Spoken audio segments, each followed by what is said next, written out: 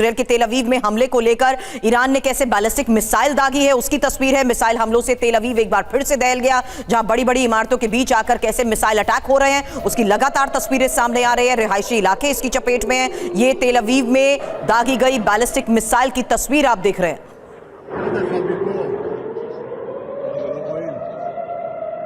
वहीं ईरान के प्रॉक्सीज भी एक्टिव हैं। हुथी ने भी तेल अवीव पर भीषण हमले को अंजाम दिया। सेंट्रल इजरायल में यह मिसाइल अटैक हुआ और रिहायशी इलाके में आकर यह मिसाइल गिरी।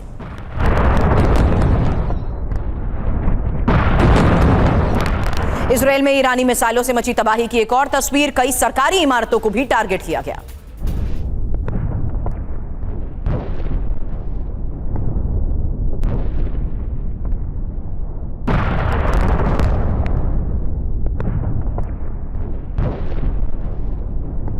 तो देखिए, लगातार तेल अवीव पर हो रहे हमलों के बीच रिहायशी इलाकों में कैसे मिसाइल आकर गिरी उसकी तस्वीरें सामने आई हैं। कई सरकारी इमारतों को निशाना बनाया गया और तेल अवीव में अब हुथी की तरफ से भी हमले शुरू हो चुके हैं।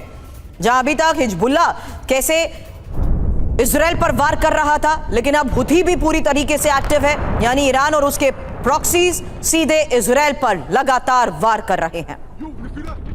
अब यूएसएस अब्राहम लिंकन पर ईरान का हमला। एक और बड़ी खबर है, ऑपरेशन टू प्रॉमिस के 91वें चरण के तहत इस हमले को अंजाम दिया गया। आईआरजीसी दावा कर रहा है यूएसएस अब्राहम लिंकन पर मिसाइलों से वार हुआ। अमेरिकी जेट्स के सीक्रेट बेस पर भी हमले का दावा किया गया।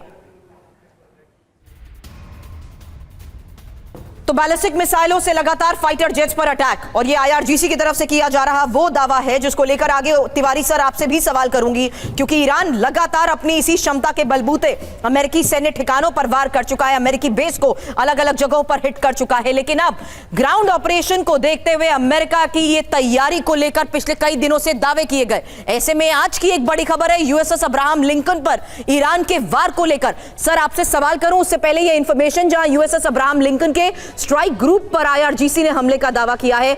4 पावरफुल 380 क्रूज मिसाइलों से यह वार। यूएसएस अब्राहम लिंकन पर गदर मिसाइल से अटैक और अमेरिकी लड़ाकू विमानों के सीक्रेट बेस पर हमला। निमित्ज क्लास का परमाणु संचालित युद्धपोत यूएसएस अब्राहम लिंकन। और तिवारी सर, इसी पर अटैक का एक बार फिर से आईआरजीसी की तरफ से दावा। सुरभि, अब्राहम को तो कुछ लेवल तक तो हिट कर दिया था करीब 2 हफ्ते पहले, जिसके बाद अमेरिका ने इस अब्राहम को यहाँ से करीब 1000 किलोमीटर दूर ले गया और वहाँ से कोई भी जहाज एयरबोर्न नहीं हो रहे। यहाँ पहले दिन जब अटैक हुआ था इनके 80 एयरक्राफ्ट अब्राहम से एयरबोर्न हुए थे, तो ये इंडिकेशन क्लियर था कि कुछ डैमेज अवश्य हो चुका है। अब हो सकता है कि इसके बाद 2-3 और हिट किया है ताकि इसको बिल्कुल वापस जाना पड़े। इतना बड़ा जहाज इसको डुबाना आसान नहीं है, बट नॉन ऑपरेशनल करना आसान है, और इसमें आईआरजीसी मेरे ख्याल से सफल हो चुकी है। अब जिस तरीके से अटैक किया, इनका दूसरा जो था जिसमें आग लगी थी यार्ड में, उसको भी अभी रिपेयर करने के लिए बागी भेज दिया था। अभी मैसेज दे रहे हैं कि हम ग्राउंड सपोर्ट के लिए तीसरा लेके आ रहे हैं। अब ये लेके आएंगे। देखिए, ये एयरक्राफ्ट कैरियर बहुत बड़ा टारगेट होता है, कितना भी इनके साथ फ्रिगेट चलें, कितनी भी मिसाइल लोडेड है, लेकिन एक ईरान के पास एक इनहेरेंट शक्ति है, फास्ट मूविंग मिसाइल बोट्स, जिन्होंने 2003 के बाद से इराक की सिचुएशन ऐसी हुई थी, तो अपने आप को मजबूत करने के लिए मिसाइल और fast moving mode missile boats को बना के मजबूत किया था ताकि हम वॉर हारेंगे नहीं। ये अब नंबर में बहुत ज़्यादा है, अगर आगे बढ़ने की कोशिश करेंगे तो उनसे इनको डैमेज करना बहुत आसान ईरान के लिए। यही एक शक्ति है जाती होर्मुज के पास पहुँचने में ट्रंप की आर्मी, ट्रंप की एयरफोर्स, ट्रंप की नेवी आगे बढ़ने में आगे नहीं बढ़ पा रही है। यही रीजन है कि कई आर्मी के जनरलों को अभी पिछले 2-3 दिन में हटाया गया है।